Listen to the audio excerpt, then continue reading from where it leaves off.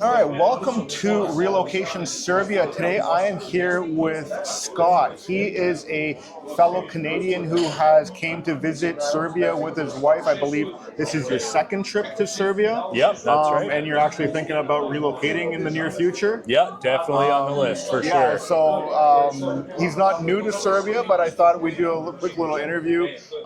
We've connected over YouTube and emails, and thought that it'd be a good experience for other people out there that are considering Serbia as a place to either visit or relocate to get firsthand experience from an actual Canadian instead of just listening to me the whole time.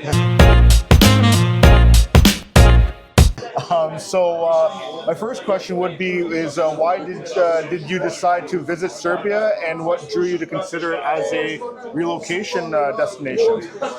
Yeah, well, the region here has always been attractive for a few reasons. Just its location to Europe, and so that makes travel into the EU very easy.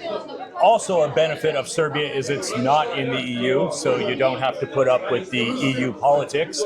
It's also extremely safe. The people are great here, the food, and I mean, the climate is great also. You get a bit of winter, but it's not freezing like Edmonton, Alberta, or somewhere like that, right? Currently, so, minus 25 there. And there's a lot going on here in Serbia. If you look at the Belgrade waterfront, a lot of investment. Even here in Novi Sad, there's quite a bit going on. So I'd like to be a part of something that's kind of on the move. Yeah, great, very valid points. And what were your first impressions of the people, the culture, and the city life here? Yeah, so my first trip last year, we were in Belgrade, and it blew us away. I kind of knew what kind of to expect. My wife had no idea, of course, and she fell in love with it in about 24 hours. And it's such a great city. Down there in Belgrade, just everything from the parks, the culture, the food, the people, easy to get around, of course. And then that's why we're here in Novi Sad this year to check this place out, and it's ticking a lot of boxes too. Yeah, absolutely. What do you find the biggest difference between Belgrade and Novi Sad is? Well, besides the population, of course, much smaller up here, way more walkable compared. Well, Belgrade's very walkable, but it's much larger, so there's obviously the outskirts and stuff like that. Both places are just as safe, in my opinion. Probably a little bit more development going on in Belgrade. Yeah, of course. Makes sense. It's the capital. It's been the capital of Yugoslavia previously. Got it. So, yeah, I mean, there's a lot more going on economically there. But out here, you can totally see stuff's moving. Yeah, you can see it just by all the cranes and construction and workers everywhere. When you came to Serbia, did you feel welcomed by the locals? Any culture shocks or surprises that you experienced? Yeah, no real culture shocks. Of course, the Cyrillic language or the Cyrillic writing is definitely that's something to that's a little different.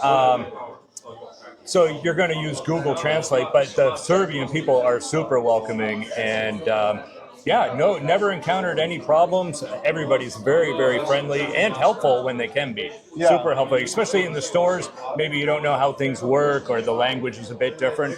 They will try and help you as best they can. Yeah, it's been fantastic, actually. And how do you find with both cities, or where have you been when it comes to people speaking English? Yeah, definitely in the city centers, English is widely spoken. Most of the servers and most of the people in the stores, of course, as you head to the outskirts, maybe not so much. And anybody, I'd say, under the age of 40 is almost bilingual, really. Yeah. They may not think so themselves, but they speak very good English here in Serbia. I would say that. Yeah. And one of the things that many of the viewers don't know about Serbia is that English is taught in school, so it's their second official language here. And so, like Scott just mentioned, is especially if you're working with someone or speaking to someone who's younger, they're gonna know English more often than not. Except of course when you get to the older generation in the outskirts. And so, since coming here and your experience in Canada, what are some myths about Serbia that you've debunked since arriving to Serbia? Well, there's a few. I'll touch on a couple. A lot of people, for some reason, think it's unsafe here. Total myth. It is very safe. I walk around by myself all hours of the day in Belgrade and in Novi Sad. Not a problem at all. My wife walks around sometimes by herself. You'll see women walking around by themselves at all hours of the day and night. So safety is really not a concern. A lot of people think it's still under communism for some reason, and they're going to see bread lines. Not a thing. Everything is here. Literally everything. If they have it in the West, it's pretty much here. You're not going to miss out on anything. Literally you can get anything here that you could get in pretty much any other country. So if you're moving over here, you really don't need to bring a lot. You can just buy it here. Yeah, the only thing is when it comes to electronics, make sure you get adapters for your 120 to 240 conversion. Yeah, very true. That's another one, yeah. And so you would say that compared to Canada, that Serbia is safer along the same lines, or what would you? Yeah, definitely, especially the Canadian cities. Like compared to Toronto, like I really wouldn't walk around Toronto by myself at night. Here, like I said, we're everywhere, and we have not been, but we don't even get a dirty look. And back home in Canada, it's super like noisy. Everybody's always screaming. There's always some commotion going on. There's a lot of, I don't want to say it, politically incorrect, but a lot of homeless drug addicts that are freaking out. It's not here. You don't see it. There might be homeless people. You don't see them. It's not like there's not encampments like back in the West. It's almost, I don't really know how to explain it, but it's coming from Canada, and if you've been into the east side of Vancouver or downtown Toronto, or really any Canadian or North American city, you'll see the fentanyl epidemic first place. You don't see that here, at least not out in the public. So you would say that's a culture shock in its own right there. Almost a reverse culture shock. Yeah, from watching your back and looking where you're going, you kind of can just glance at your phone and be a tourist here. Nobody's going to grab your bag. Like, I've never felt unsafe at all here at all. That's really refreshing to hear, especially a lot of the myths and propaganda that we do get in the West as to Serbia. And I've said in a couple of my videos where like when we were leaving from Toronto airport, there were even signs saying that don't go to Serbia because of the increase in violence, which I have not witnessed here yet since moving here. I don't think you've witnessed any violence. No, none at all. And the only commotion you hear is the current commotion now in the kafana that we're at here, with all the people that are sitting around having drinks, and people smoking their cigarettes. But of course, that's freedom coming into Serbia. Like it or not, you got to take the good with the bad. Like I've said, no country's perfect, but there's a lot of upsides here. So the next question, since we're still on the comparison between Canada and Serbia, how does Serbia compare to Canada when it comes in terms of daily expenses and daily life, from what you've experienced so far in your time here? Yeah, so the expenses, of course, much less here in Serbia. Groceries, fraction of the cost. Properties and rent, I would say you're getting a much better place for your money here and for less money. In Canada, as we all know, housing is scarce and on the rise. It's almost become unaffordable for the younger generation. Daily life here is much different. It's much different here because people are outside. You don't see that back in Canada. People are out, they're out in the streets, even when it's cold, night, day, morning, they're in the cafes, they're everywhere. And back home, like once 4 o'clock or 6 o'clock comes in the evening, it's like they roll up the sidewalks. Maybe not downtown Toronto or Vancouver or Montreal, but if you're in the suburbs, it's like a ghost town, right? Yeah, true. Some people might be at the local bar, but here every place is packed. It's people are outside, and it's good to see. And the other thing you'll see is there's families outside. You see kids everywhere, which is, my wife commented on that. There are kids everywhere here, which is really nice to see, because you don't see so many in Canada anymore. We have them locked up at play dates and everywhere else. Here, they're just running through the plazas and squares. Really nice to see. And one of the things I actually noticed, and you might have not have noticed since you're in the core of the city here, is that where I'm living, I still get to see kids play out on the streets, like right on the streets, like they're playing soccer, they're playing tag, they're riding their bikes, they're chasing dogs, and having bouncy castles outside, and no one's caring. You have groups of 15, 20 kids, and it's not like you're gonna watch your kid and no one's observing them because something might happen. It's really refreshing and a great place, I think, to raise a family if you're looking to do that. Very true. Very true. Yeah. What about your food experience when it comes here compared to Canadian food? The food is phenomenal here. Phenomenal, reasonably priced too. It's superb. May not tick a lot of boxes for a vegan, but if you're a meat-eating, North American or European, you're gonna love it. The grilled meats here are phenomenal. The side dishes, I'm gonna butcher this, but you gotta try a pleskavica or savapi when you're here. The soups are amazing. My wife loves a great bowl of soup, and they're all home cooked here. It's none of this out of the can stuff. Yeah. Fabulous restaurants.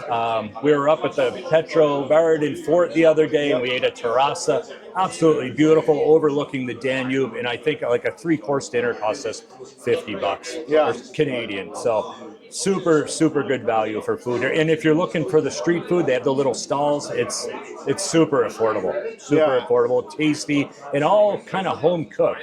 You're not really getting a super amount of price, unless if you're heading to McDonald's, of course, but I suggest you don't do that. But which is a lot more expensive here than you're actually going out to a restaurant. Like McDonald's is almost held as like a higher standard than if you were to go to a 3-course restaurant here in Serbia. Which totally. Kind of surprises me. But again, from the research I've done, you don't have all the chemicals here in Serbia McDonald's that you would in the North American McDonald's. So I haven't tried it here since I've been here, but that's what I've been told, and it tastes the same. But for those that try it, let me know.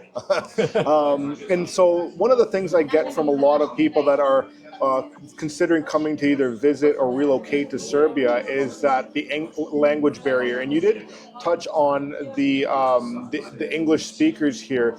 But when it comes to navigating around Serbia, how do you find that as an English speaker? Yeah, actually, no problem at all for navigation. If everything's kind of well marked. Now, mind you, a lot of things are still in Cyrillic, so it's not bilingual. Really, not a big deal. If you know how to use Google Translate or Google Maps, you're gonna have no problems at all. These streets and boulevards here are really big, wide sidewalks. It's not these little cramped things like you would find in Spain or Portugal. Nice, big, easy to get around. The streets are well marked. You can tell the main streets very easily. Mind you, if you get off the beaten path, you could get lost in some of the back roads, but I actually enjoy that, so I love getting lost in a new city. But getting around is really no problem at all. Awesome. And so I got to ask you, so since you've been here, your second time now, and you're talking about also coming potentially near the end of the year or beginning of next year, back at once again, what do you love most about Serbia so far, and what challenges have you encountered, if any? What do I love most? Probably, this might sound a little weird, the sense of freedom here. It's kind of like a live and let live. If you don't bother them, they're not going to bother you. You go about your day. Everybody's relatively pleasant. And problems I've encountered, not really many. Not really many that you can't overcome with a simple Google application or something like that. Nothing that would really prevent you from staying, visiting again, or moving here, really. It's quite easy to adjust. Now, being conversational with everybody in the language, that might be a little more difficult. Yeah, of course. But yeah, I think Especially once you get which you have not experienced when it comes to like government processes, like right. Yeah, I've only been a tourist here yeah, so exactly. far, so. We might have to deal with that down the road when you're looking at that, but you'll Yeah, experience that. you would definitely need probably some assistance when dealing with residency, Yeah. buying a house, probably stuff like that, contracts for cars, rentals. Of course, yeah, because everything is either in most likely Cyrillic here, and that's why anything that you're bringing from Canada is going to be converted Yes. into the Cyrillic language here, and so you need the proper translators and notaries here as well. So Exactly, you haven't experienced that firsthand, but that's why we are here to help with that. Yeah, exactly. Yeah. And so. Would you recommend, like from your experience and you actually considering of actually moving here as well, would you recommend Serbia as a place to move? And what advice would you give to Canadians that are thinking about relocating to Serbia? Yeah, definitely. If you're looking to move, I would say it's a great place. Definitely visit, though. You have to visit. I would say visit multiple times. That's right. what I'm doing. I visited last April. It was beautiful, but I was down in Belgrade. It was 30 degrees. Now I'm in February up in Novi Sad, and I'm heading to Belgrade in just a couple of days there. Yeah, definitely visit and fill it out. I don't know if I just jump on a plane and move, but I wouldn't do that anywhere in the world. Myself, I'd like to visit 2 or 3 times at least. But yeah, I would say it ticks a lot of boxes. And if you kind of run to the right political or the conservative side of things, or you're religious, it's probably a really good fit for you over here. I would say, yeah, it's. But mind you, you can be on any political spectrum, but things tend to be on the righter side. I would say, would you not agree? Of course. I mean, And it's a Christian country, so. And the beautiful thing, I also, sorry for cutting you off, No problem. that in Canada, if you have a different viewpoint, and from my experience, is people like to just get upset and kind of disregard you. Where here, people actually want to listen to you, learn about it, and have a discussion, and agree to disagree if it comes to that, and then still sit down and have a drink or have a meal together. Where I didn't experience that in Canada. We used to be like that years and years ago. Yeah, something's changed. Seems to have changed a bit. Yeah. I know you also have a YouTube channel. So this will be going onto my YouTube channel, but also for those that I'm going to be plugging it into his YouTube channel. But for those that are viewing it on my channel and want to visit your channel, what's your YouTube channel called? My YouTube channel is the Empty Middle Seat Travel. I basically make travel videos everywhere I go. I break them down city by city. It's more of like a guide versus a vlog. And I also touch on a few retirement visa things around the world and moving to other countries, but not like Andre here with Relocation Serbia. It's very lightweight in the relocation part. But yeah, mostly travel guides, pretty much all over the world, from Mexico to Spain to Scotland to Serbia. Beautiful, I love it. So you guys that are looking to move elsewhere or want to find out about other countries out there, be sure to check out Scott's channel. Scott, thanks for coming on to this video with me today. Viewers, thanks for watching. Like and subscribe to this video. Scott and I are going to finish up with a couple more drinks here and enjoy his last couple days here in Serbia. So thanks for watching. I'll see you on the next one.